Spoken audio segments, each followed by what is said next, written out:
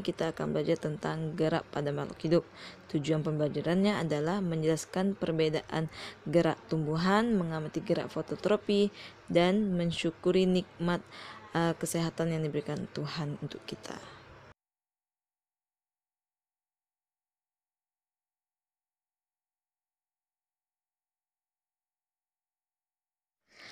Gerak pada tumbuhan yang pertama ialah gerak endonom.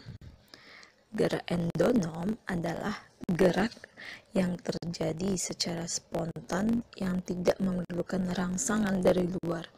Berarti gerakan ini terjadinya dalam tumbuhan itu sendiri. Contohnya pada tumbuhan daun Hydrilla verticillata. Jika kita perhatikan secara lebih dekat menggunakan alat, terdapat dan terlihat cairan sitoplasma yang bergerak memutar di bagian dalamnya. Gerakan yang memutar inilah yang dinamakan gerak endonom.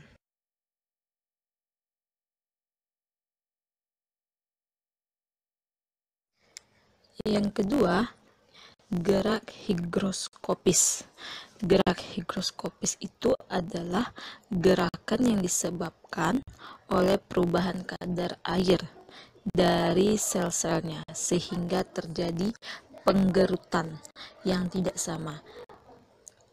Gerakan ini disebabkan oleh perubahan kadar airnya atau kelembapan udara di sekitar tumbuhan. Contohnya dalam merekahnya kulit buah polong-polongan. Jika kita perhatikan, kacang polong yang muda itu banyak air di dalam selnya sehingga dia tetap menutup secara rapat. Tetapi ketika kacang polong itu terkena sinar matahari terik hingga kering, menjadikan airnya berkurang sehingga kacang polong itu akan terbuka sendirinya. Yang dengan terbuka sendirinya itulah dinamakan gerak higroskopis. Gerak tumbuhan yang ketiga adalah gerak esionom atau tulisannya etionom. Gerakan esionom ini terbagi menjadi 3 bagian. Yang pertama tropisme, yang kedua nasti, dan yang ketiga taksis. Bisa Ustazah perhatikan, gerakan tropisme itu gerak sebagian tubuh tumbuhan dan arah dipengaruhi rangsangan, sedangkan nasti gerakannya sebagian tubuh tumbuhan tetapi arahnya tidak dipengaruhi rangsangan. Sedangkan taksis itu adalah gerak seluruh tubuh tumbuhan dan arahnya dipengaruhi rangsangan. Gerak tropisme yang pertama adalah gerak fototropi atau fototropisme.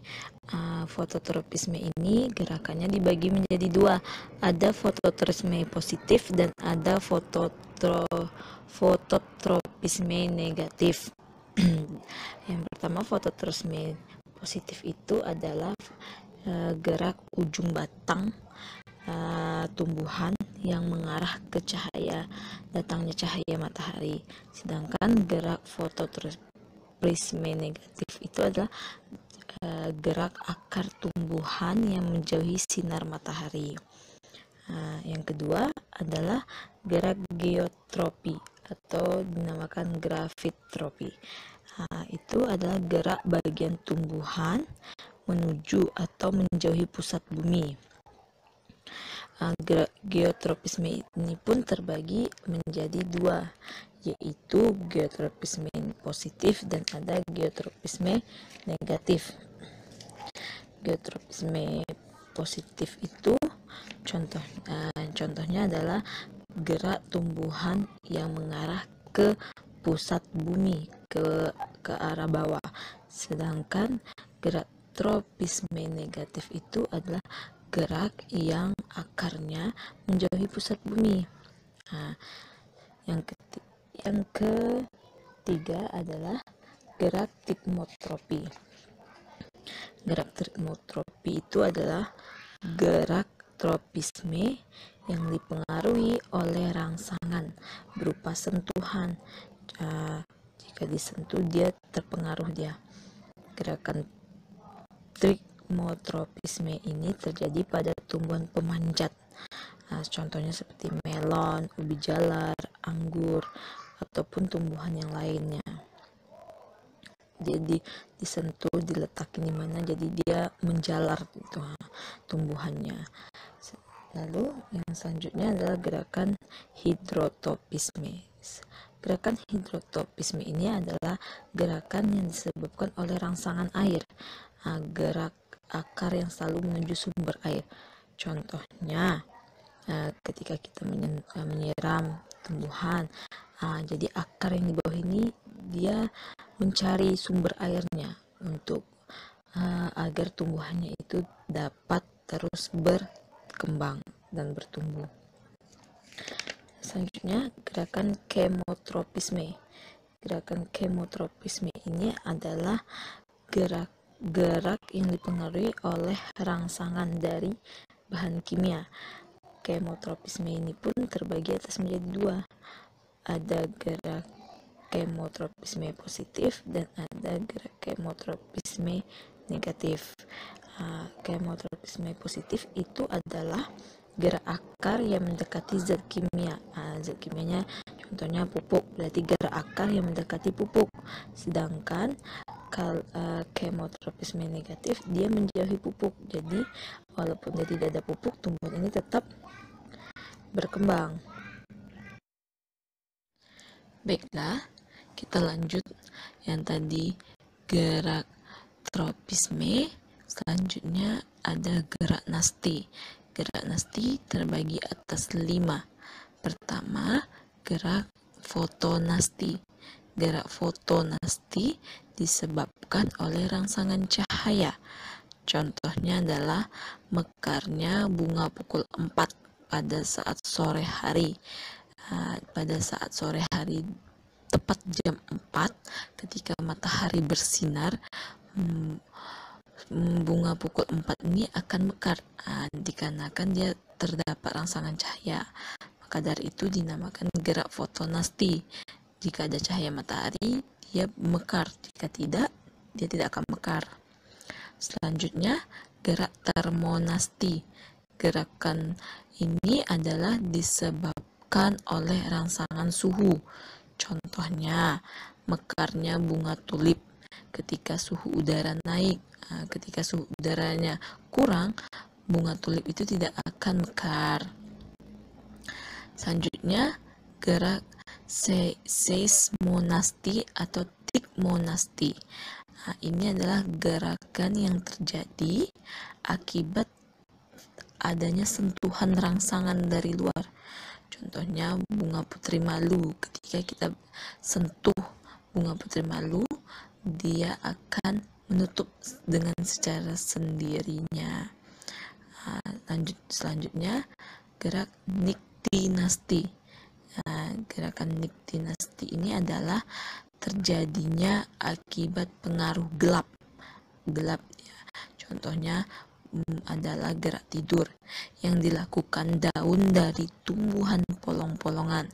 Ketika sudah gelap, polong-polongan ini dia akan menutup dengan sendirinya, dan ketika sudah mulai bersinar, dia akan membuka dengan sendirinya. Lalu yang terakhir ada namanya gerak nasti kompleks. Gerak nasti kompleks ini disebabkan lebih dari satu rangsangan. Karena dia gerak nasti kompleks berarti seluruh gerakan dia bisa.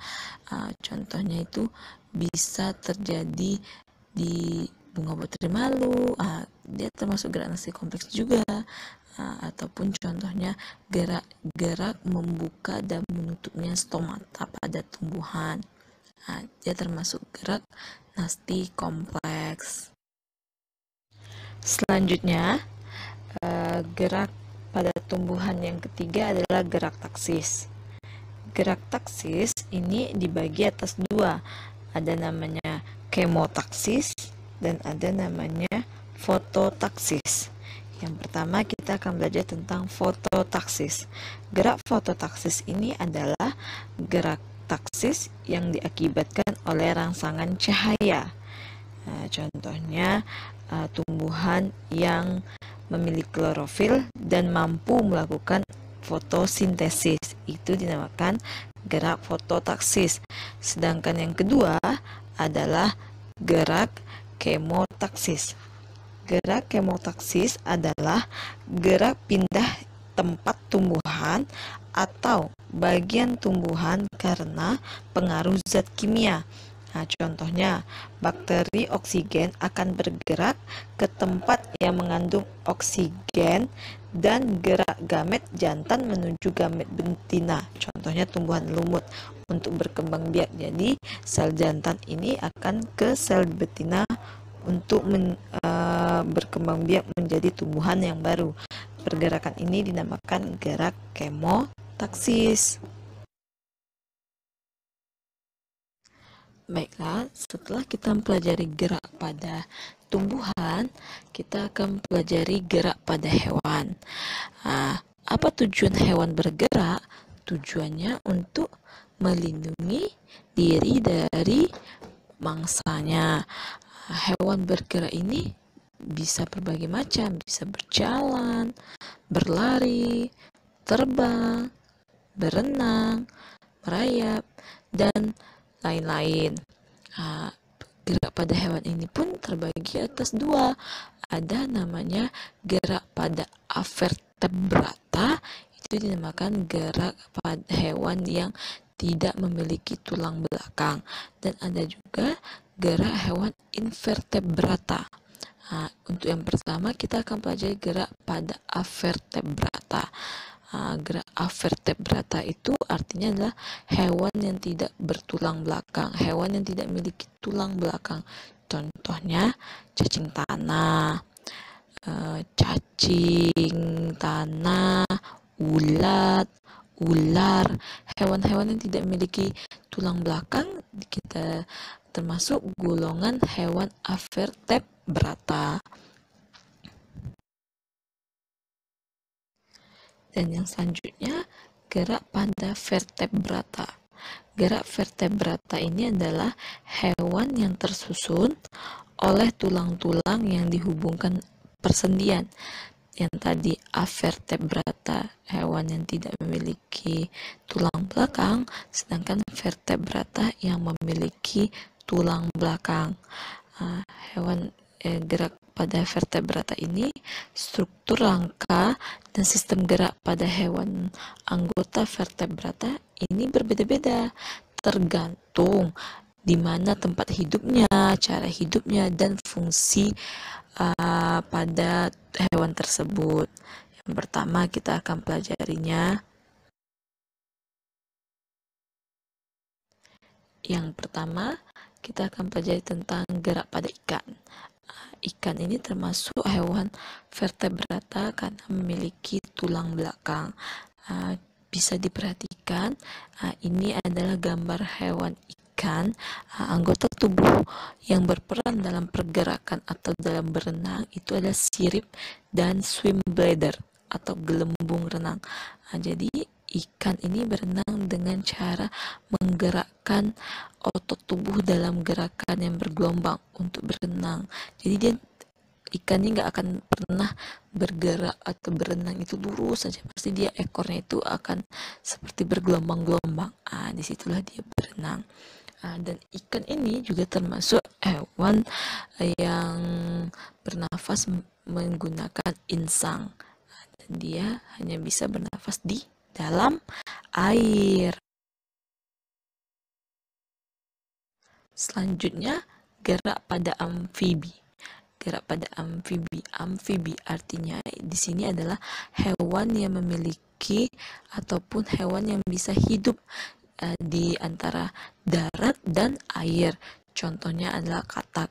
Ketika dia masih bertelur dan menjadi berudu, katak ini akan hidupnya di dalam air, akan berkembang di dalam air.